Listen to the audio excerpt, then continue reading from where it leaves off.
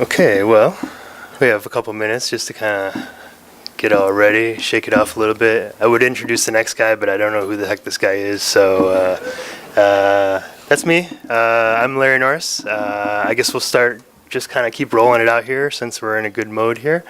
My name is Larry. Today I'll be talking about psilocybin and the decomposition of terminal anxiety through mystical experiences. For those of you who don't know me, I am a co-founder and now the executive director of ERIE 501c3. I'm also a PhD student here at the California Institute of Integral Studies. My particular research is looking at archetypes of transformation found within ayahuasca experiences. So I'm specifically interested in things like the shamanic crisis, Kundalini awakening, more real than real experience, near-death experience, death and rebirth experience, these types of occurrences that happen within the ayahuasca experience. And then from that, I'm looking to see if people have any offerings or cues that they've received from the direct experience that might help us create strategies for integration.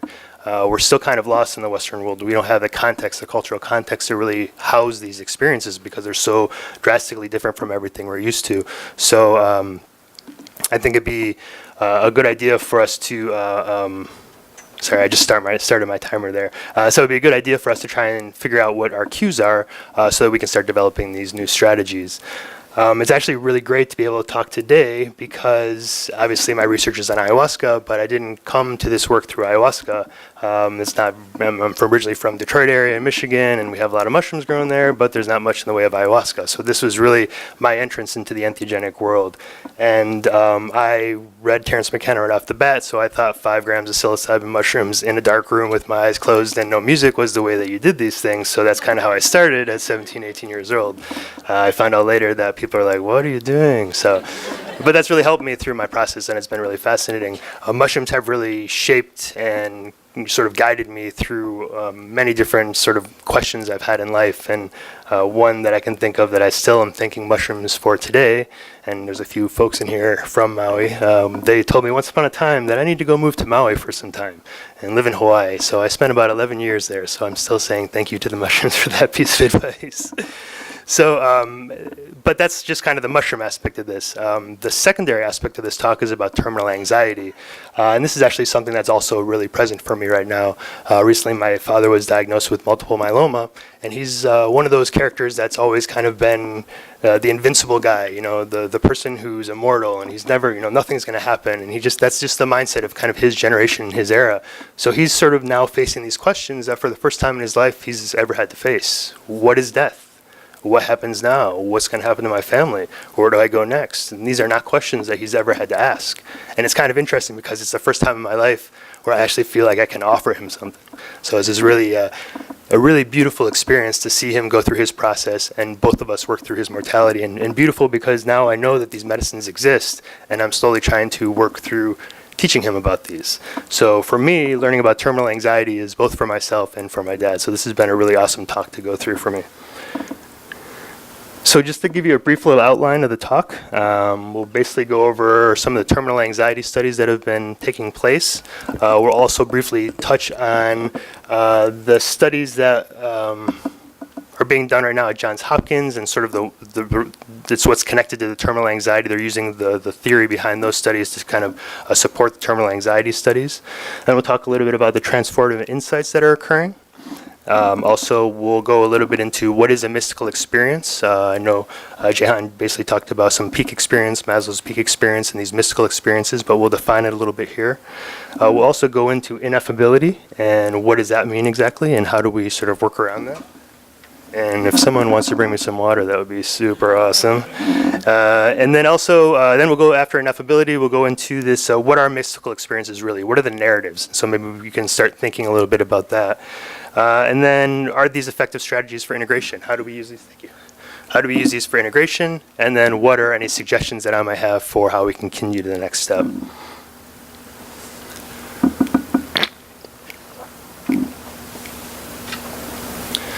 So what is terminal anxiety really? What's beautiful about this research, I think, is that it's happening at medical institutions and they're treating a medical issue But really what they're treating is existential anxiety. That's a philosophical, that's a spiritual issue. That's not really a medical issue, but it's being housed within the medical context. So this is really beautiful because they kind of found this loophole, a way to talk about these experiences within these contexts. And they're not actually treating the cancer, but if somebody has a terminal diagnosis, they're treating the anxiety around death. So this is a different approach, a different way to help people.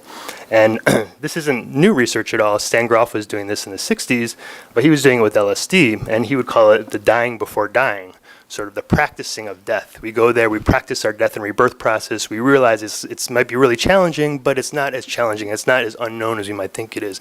There's sort of this essence that kind of continues through. And what he found in his research was that it was usually the insights that were made were a profound oneness, and that was usually preceded by a death and rebirth experience. So that particular narrative, a death and rebirth narrative. So really, that's kind of the next question is like, what is psilocybin doing? Well, how is it being effective in these studies? And this is kind of where you have to link up to the Johns Hopkins studies. So how many people are familiar with the work that's being done at Johns Hopkins? A few people? Okay. So what that's all about is they're actually looking to see whether or not these mushroom experiences or the psilocybin experiences can catalyze a mystical or transformative experience. They found, I think, and I'm going to generalize the numbers on the low side, is something around 75% of the people given the right setting and dosage will have a transpersonal or mystical type of experience. Later in the research, they found that these mystical or unitive type of experiences were the #1 factor in long-term positive change. So it shows that these mystical experiences are really important, and I think some people said it was one of the top 5 most important experiences of their life, or top 2, or some even the most important experience of their life. And that's matched up with marriage and the birth of their children and all these other things. So these are really profound, deep experiences that people are having. And really what they're finding, whether the narrative is the death and rebirth experience, or the narrative is a near-death experience, or the narrative is the cosmic womb experience, it seems like the overall factor is this sense of the immortality of the soul. You know, you're not going to die and everything's over. There's something that's going to continue on. There's something that's going to keep you going. There's some sort of thread of you, whatever that might be. And I think that's what's helping people. And it's not just helping them not be afraid of death, as Grof said in that other thing on the other slide, but it changes your attitude. So now every day, rather than saying, oh, I'm waiting for death, you're like, wow, this is a great day. I can't believe I get to enjoy today. Wow, you know, I'm here. And you're seeing this over and over again with people who are in these studies, and that's just fascinating. It's not just about the fear of death, it's again about how to live, which is amazing. And this actually kind of goes to a quote that Bill Richards, who's been doing this work, he was one of the research partners or researchers in the Pinky study, the Good Friday experiment that Jehan mentioned earlier. He says, what we are doing in these studies is to help dying people to live. And in a sense, that includes all of us. We're all dying. We're all going to die at some point. And there's, I mean, that's not confusing or a mystery to anyone, hopefully. I mean, who knows? I guess we could be immortal and technological, but that's all something that we're going to have to face. So why do we need to prepare until we have the terminal diagnosis when we can start preparing now? So I think that's what he's saying, is we're all preparing for this death process, and how can we prepare now and be ready for it? So what most of the studies at Johns Hopkins are saying right now, and this is Griffith's work and Catherine McLean's work and a couple others, are saying that the mystical experience is the primary factor, this unitive mystical experience. So perhaps we should get a little bit into what is a complete mystical experience or a full-blown mystical experience. I know there's a lot of smart people in this room. Probably a lot of people already know this already, but I'm just going to go the basics real quick.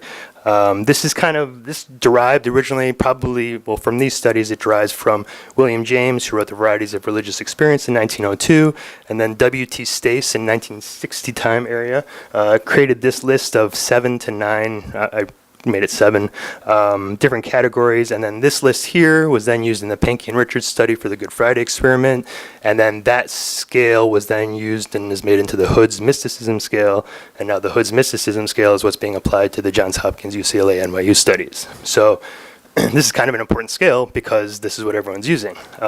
Also developed from something that happened from 1960 and earlier.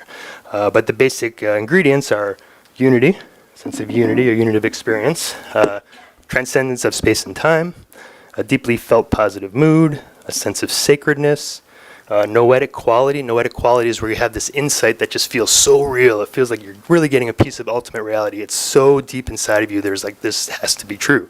Paradoxicality. This would be the idea of having a unitive experience. Like, you can't have a unitive experience because you're having it. So there it's a dualistic experience, right? So that's kind of paradoxical.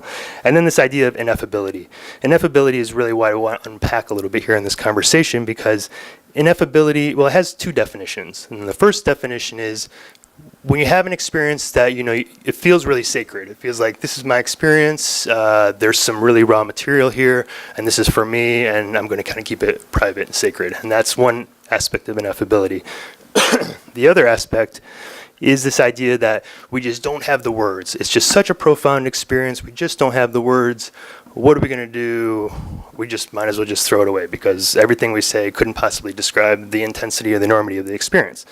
Now, that's really important, but it's kind of, is that the seduction of ineffability? Like, are we kind of being seduced by this idea that we really can't describe these things? So we stop before we even start. There's this really interesting research project by Yaden, just published this year, and him and his colleagues looked at ineffable experiences and called the language of ineffability. And he found that even though everyone talks about ineffability as an experience that they can't talk about, they still spend the next 10 to 15 minutes trying to talk about it. So it's not like it's an ineffable experience. They're trying their best to give you the description of it. So we as integrators, we as consciousness researchers, we as people doing this work should really pay attention to that and really get a sense of what's happening here, because these are the first person experiences. Richard Doyle, who's going to be speaking here in October 24th, if you have an opportunity to come and check that out, it'll be an amazing talk. He refers to first person experiences as sort of a readout of consciousness. It's each person's version of the direct experience. So we can't discount any of that. This kind of also goes into William James' idea of radical empiricism. It's not our point to say whether the experience is right or true or not. What's important is the qualitative value, whether or not it had transformational value to the individual.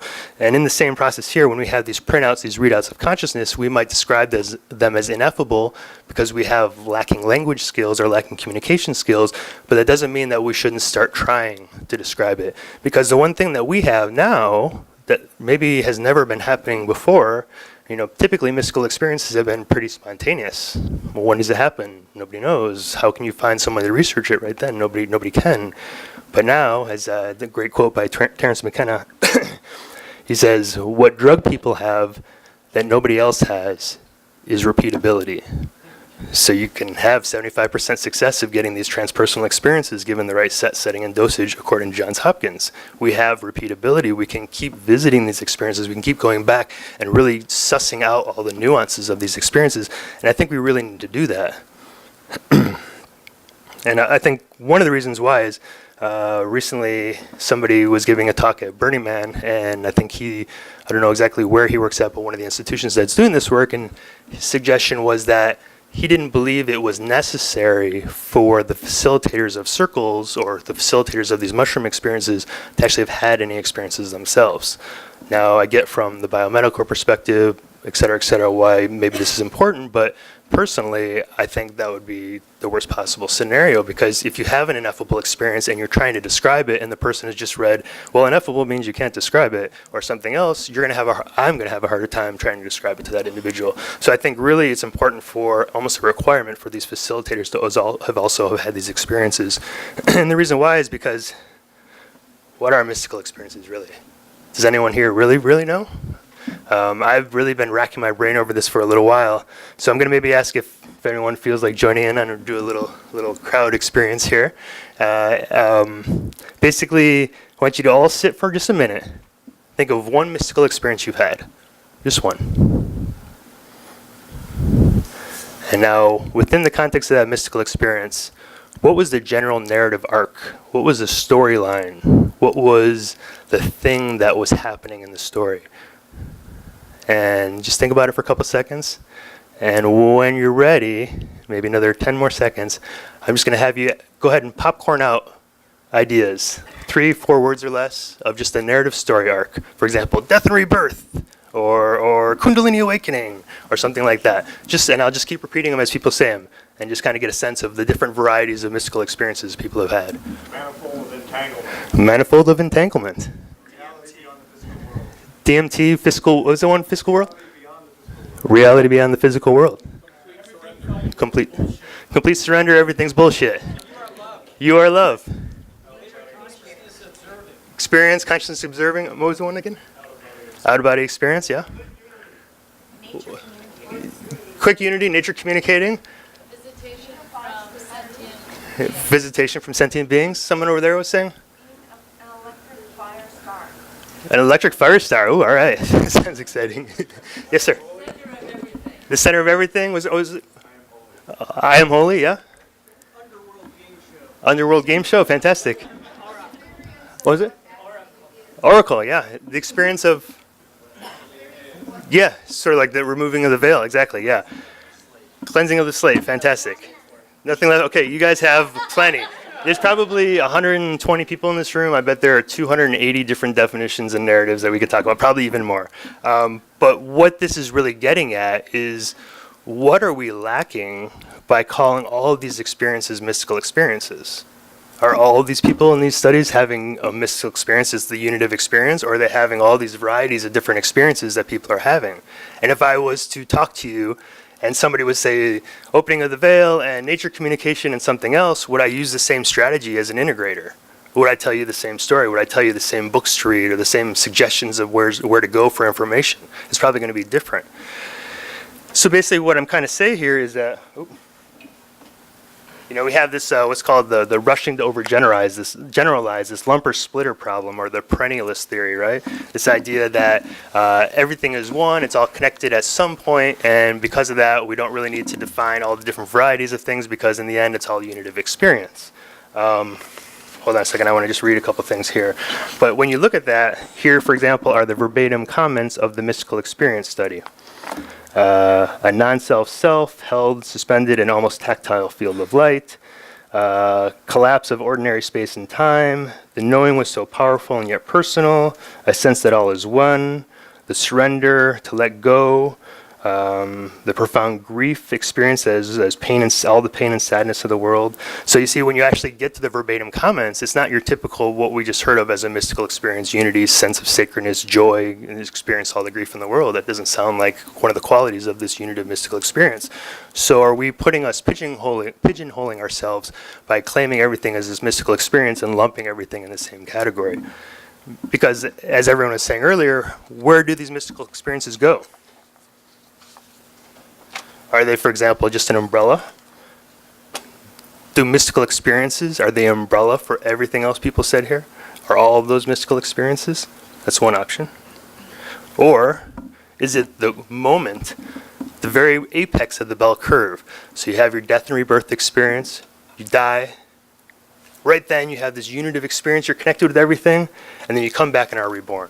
The mystical experience is now only that little segment of time between death and rebirth. Is that where the mystical experience lies?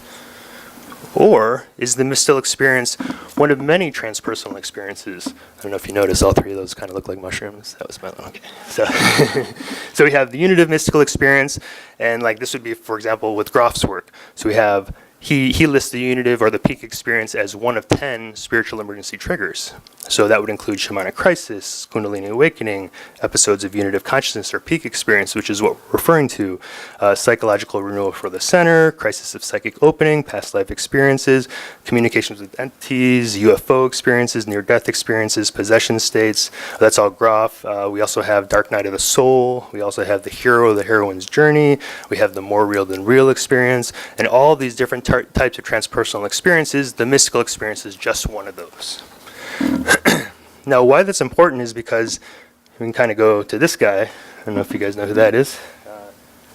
Carl Jung, who a lot of people have a lot of opinions about him, but all of my opinions changed when I started reading the Red Book. So I don't know if anyone's had an opportunity to look at the Red Book at all, but it's sort of Jung's exploration of his, he called it doing a psychosis, quote unquote, right? So it's his exploration through active imagination of going really deep into his journey space. What he realized, and he kind of developed this individuation or this process of coming back to wholeness through the conversation with the shadow. But what he said, and what I found was interesting, is that in order to be a good integration facilitator, individuation facilitator, or dream analysis facilitator, He said we must have an indispensable knowledge of the symbols. Now, some people can get caught up on the idea of symbols. Some people say that's too psychologizing of experiences. These are visions, they're not just symbols. What are you doing? But maybe instead of looking at it as symbols, we can say, what are the characteristics? What are the definitions? What are the narrative arcs? What are the different qualities or the qualia of these experiences? And by knowing that, we can get a little deeper. Because, you know, if I'm, again, like I said earlier, if I'm giving you the readings or the wisdom traditions that talk a lot about death and rebirth experiences, but you had a Kundalini awakening, you're going to be totally lost. You're not going to understand what the heck I'm talking about. So really to unpack mystical experiences again, to get a little deeper. And that's just for within the transpersonal world, but imagine if you were also hearing it from the neuroscientific world. So here you are, imagine you're a patient, you go to your integration facilitator, you said, wow, I had this profound insight. And the integration facilitator, and this has actually been said in a paper recently, says, well, the intensity of your insight is associated with the lagged phase synchronization of delta oscillations between parahippocampal regions, and the RSC, as well as between parahippocampal regions and the lateral orbifrontal cortex. What? You know, so how does this help us? Or the other quote, which I liked, was, our findings suggest that psilocybin-induced insightfulness may be associated with increased retrieval and reattribution of autobiographic memories. Well, if the biggest insight is the immortality of the soul, what autobiographic memories are they accessing there? I'm not really sure if these are quite the explanations we need. So what can we do? I'm going over time, so excuse me, Natalie. What can we do? We can start looking at some of these other authors, transpersonal psychologists, depth psychologists, mythologists. We have Groff, we have Metzner, we have Jung, we have Campbell, kind of bring their conversation in the dialogue. We can start to gather qualitative data from first-person reports, as Doyle suggested. We can continue to collect and evaluate best practices for integration. We can collaborate with each other, share stories, connect. We have a little shameless plug. We can help ERIE build a center to research this work. We can all do together. Woo! And just a little homework assignment for everyone. If you don't know who these people are, you need to do some homework and get on it. First person here we have is Maria Sabina, and Natalie will probably talk about this a little bit later in the Mazatec talk. She basically helped introduce the mushrooms to the Western culture. Was very important for that, and actually went through some pretty hellacious kickback because of it, so thank you and much respect to her work. And also Paul Stamets we have on the bottom corner there. He's done incredible work with the mushrooms for a very long time. He's a wonderful person. If you ever had a chance to chit chat with him, please do. And he just has one quote which doesn't really directly relate to ineffability, but I think it's such a good quote, I really want to just tell it. So he says, I particularly believe that nature is intelligent. The fact that we lack the language skills to communicate with nature does not impugn the concept that nature is intelligent. It speaks to the inadequacy of our skill set for communication. Now, within the same context of ineffability, it's not about these experiences are ineffable and we have to throw them away. It's that we are having an inadequate time describing them, and we need to learn how to create a better communication set. So that is us.